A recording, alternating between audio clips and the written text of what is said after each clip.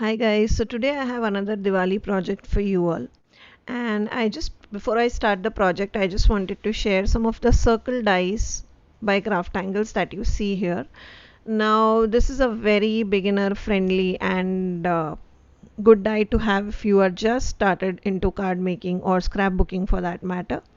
So this is how it comes, and I have selected one particular size which is perfect for my cutouts. So these cutouts are for a Diwali card that I'll be creating, and these cutouts are made from Happy Diwali die, which I'll be die cutting later in the video again just to show you, how it cuts out various things in the die.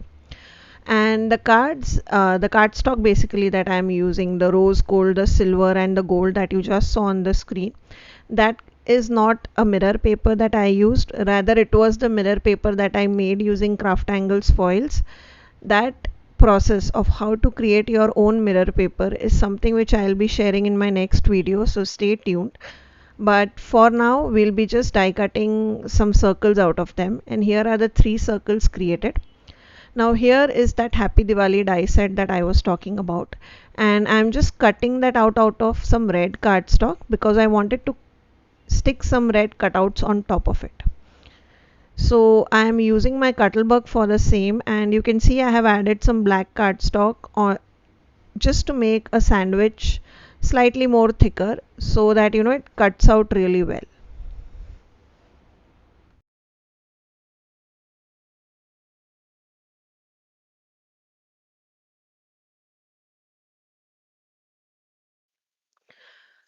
So here are all the cutouts from the red cardstock. However, I won't be needing all of them. I was just missing that top ohm part, which I have just added from the other cutout. And now I'll start assembling my card.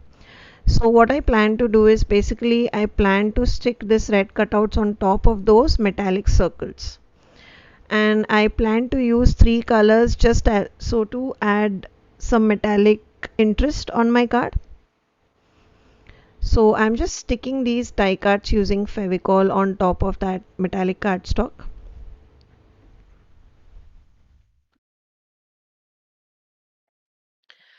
So now that all the die cutting part is done and the die cuts are stuck and ready to be added on my card base, let's move on to the card base.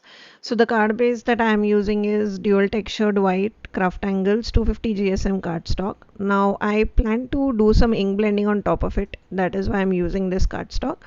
And what I plan to do is, firstly, at this point of time, I was not sure how it's gonna go because you can see I'm placing cardstock here and then I'm deciding maybe I need to add some more red just so that I felt the card was missing some color.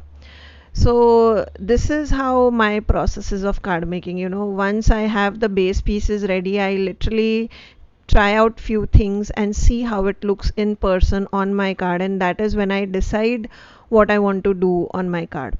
Now I felt if I added a lot of red cardstock, it was too much red on my card, which is not something that I wanted. So I decided instead of doing all that, let us do some stenciling on top of it. So here you see me using a mandala stencil by Craft Angles. Now this is again, link of all the products that I talk about is in the description below. So at any point of time, if you are curious on what that particular product is, you can check the description of this video.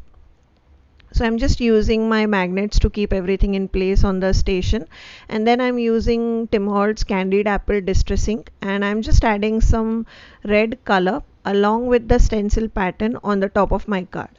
So what this does is it does two things. It adds a bit of a pattern on my card base because or else I felt the card was fairly simple because all it had was some die cuts on top of it. There was nothing else, so it was missing some patterns is what I felt. And so this will add some patterns and it will also add red color on my card base. So instead of just having a cardstock, I felt this works really well. So it basically does two things. So now again you see that the red that I applied was a bit lighter as compared to the cardstock that I have used for this particular card. So you see me going back and forth with a lot of ink just to make that red pop. And that's it. Now once I remove my stencil, you see that beautiful pattern that has come out on the card base. Now again, my stencil was kept on place just using these few magnets. That is why I am a fan of this station. And there is another reason why I love this station really a lot, and that is because of the scale that comes as a part of this station. This is basically a magnetic piece of scale that comes with the station, which I'll be using in the later part of my video. So stay tuned on, why I love this tool so much. Now next, again, I am a person who likes to add splatters here and there. It's just like how I like to keep my cards. My cards are normally not too simple unless I put effort to make a simple card. So here I'm just adding some shimmer dots, so that I'm adding using gold dust, craft angles, liquid watercolors, and silver moonlight. So I'm adding both the splatters just to keep a balance of both gold and silver on my card, as I'm using all three metallic paper on my card. So I wanted to add as much shimmer of all those three colors as possible. So before using these liquid watercolors, you see me making sure that I rotate the bottle and I mix the bottle thoroughly. That is because the shimmer tends to have a habit of settling down, and you need to make sure that you mix your bottle thoroughly so that that shimmer floats up, and then you apply it on the top of your project. So that is me adding some shimmer drops on top of my card and drying it. Now when I bring this card onto the close-up, you will not see the shimmer as much as it is on the card, but trust me, in person that shimmer is amazing. It is subtle, at the same time it is shimmery, so it won't take away your eyes from the other focal point of the card. Now this scale or that you see, which helps me line up those die cuts in a horizontal line, is one of the reason why I love this tool so much. And that is why I'm so happy that even after contemplating for a year, I was able to invest in this product. And here you see that I was able to line up those die cuts so easily in a straight line using the grid and the scale. And now what I'm doing is I'm just adding these die cuts on a straight line using a foam tape, just make sure that all those nice die cuttings come on a popped up layer rather than they are lying flat on the card. Now for the sentiment, I have decided to use Shubh Deepavali sentiment. This is again the die cut from the same Happy Diwali die cut set, and I have cut it out from some gold mirror cardstock, and I'm just sticking this using some Fevicol.